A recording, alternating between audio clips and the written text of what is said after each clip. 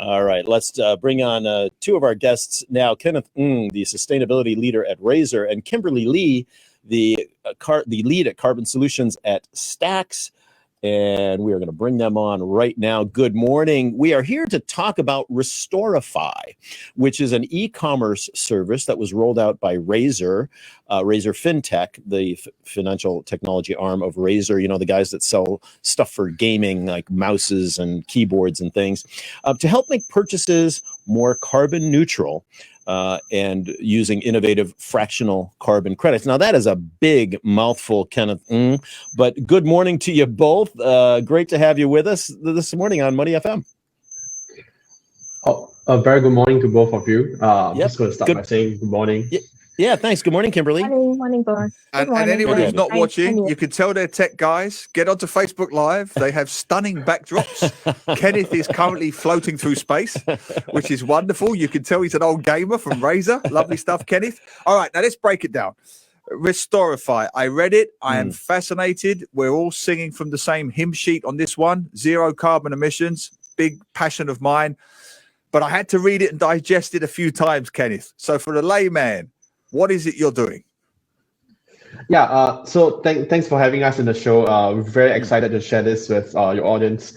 So first of all, what we set off to do over here is that we understand that carbon market is actually a very important solutions to help us combat climate change.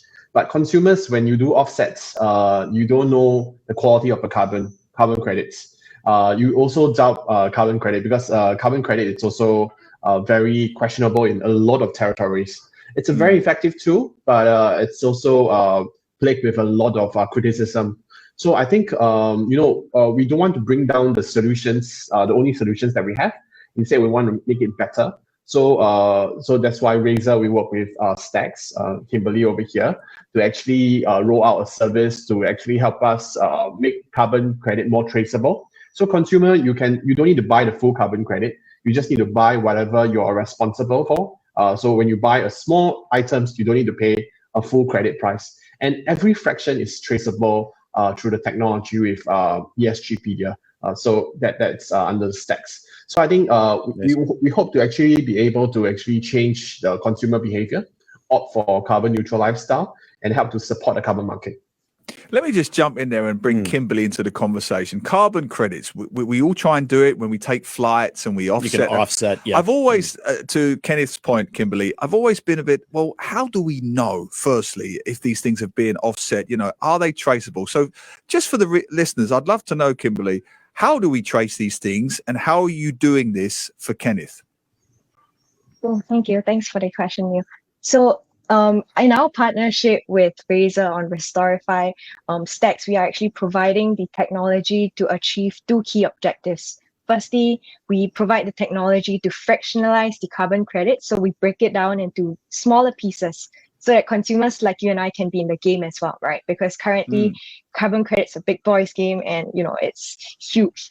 So we break it down so that Kimberly, how much would a company normally spend on a carbon credit? Just give us an idea of the scale of how much money is involved to offset carbon in the normal world. Yeah. Well, maybe I can help out with this one. Yeah, sure. Yeah, so basically, if you want to buy a full credit, probably you need to spend upwards of $30 to just offset a simple thing as a mouse.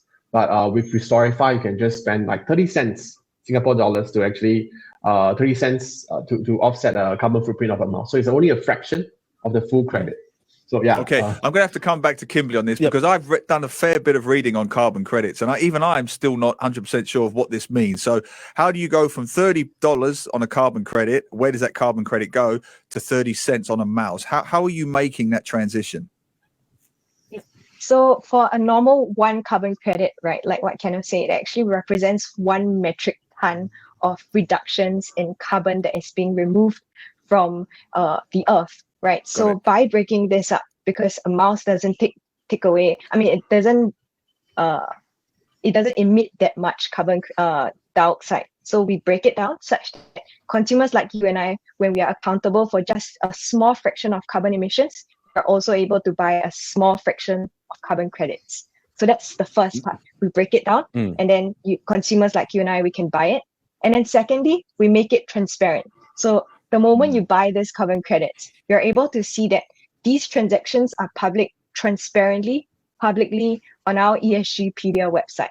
So currently it's public and it's live. You can go to esgpedia.io/carbon-credits. You can see with your order ID from Razer, for example, you can search, you can see the end-to-end transactions. You're able to see the attributes of the carbon credit projects that you're buying into. So it provides greater traceability, greater transparency. Awesome. Kimberly, and let me just mention to our listeners, if they don't know what STACS is, you guys are a fintech company that is focused on ESG, environment, social, and governance. And you operate something called ESGpedia, which powers the Monetary Authority of Singapore's green ESG registry. This is a place where you go to make sure that people are actually doing what they're saying they're doing when it comes to sustainability, that they're not greenwashing, that sort of thing. Because this, I think, Kenneth, this is a big thing. Everyone says, oh, buy our carbon credits and all that, but it could end up being a greenwashing exercise for many companies if they're not traceable and if the carbon credits aren't transparent. I understand you guys have gone to great lengths to make sure that is not the case with Restorify. Is that correct? Yeah, exactly. And also, we have been seeing a lot of carbon credits in a lot of different kind of registry. All these registries, while they are good meaning, but they could be abused by carbon projects. So we want to make sure that we only are helping to support projects that really remove carbon dioxide from the atmosphere. So by supporting a good carbon credit, by supporting a good carbon project, we can actually help to make this whole project carbon market viable for climate action.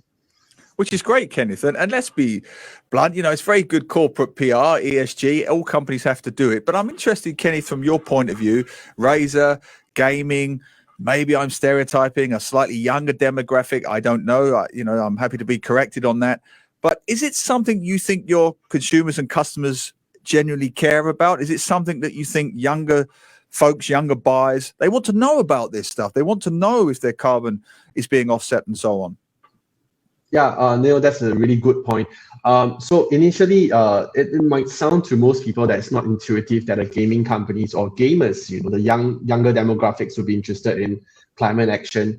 A research paper by UNEP in 2019 says that if climate action were to happen, the next frontier will actually be gamers, because the younger folks, especially in the more liberal, younger demographics, they're actually very aware and enlightened. They are kind of enlightened consumers. They do go to forums to do research. They call companies up if they're bullshitting. So they will actually want to make sure that whatever products that they're buying, it's made in a sustainable sourcing pattern. They want to make sure that they are part of the climate action, to take climate actions, and they exercise responsible consumerism. So in Singapore, we're also seeing the traction. So hence, Razer, we're actually taking this as a very important agenda in our corporate strategy. So that's why we are onto this journey with STACS. Yeah, and I'm guessing, Kenneth, just to add to that, you'd have to, wouldn't you? As a gaming company, you're aware that the carbon footprint, there's a lot of energy involved to play these games, a lot of power, a lot of electricity, and so on and so on. So Razer, more than most, would have to take this kind of initiative. Yeah, definitely. So I won't mince words, but we do manufacture products, and we sell products to our consumers, and that itself is a lot of what we call a Scope 3 emission footprint. So what we want to do is that when a consumer or gamer buy into our product, we make sure they are buying into an ecosystem. We want to make sure that products are more repairable. We give them access to better repairability, because the longer you extend the product life cycle, the lower the carbon footprint of a product. So and also we are introducing software, because gamers, they like to put on the fancy what we call chroma RGB lighting. So there's a lot of fancy, you feel like in space all the time. But we don't want to say no to them, because for the longest time, sustainability has been around taking things away from people. We want to make sure that they run their equipment at better efficiency. So we introduce software and services to help them improve the performance of their gaming gear. So that's what we do, and we are not done yet. We are just starting our journey over here. Yeah. Kimberly, I'm going to give the last word to you, and that is your partnership with Razer has brought up this idea of fractional carbon for consumers to carbon offsets to buy. Is this the future of where we're going with trying to introduce sustainability into everyday purchases at the checkout counter or online at the checkout? What is your perspective from STACS, and how are you guys pushing this particular technology forward?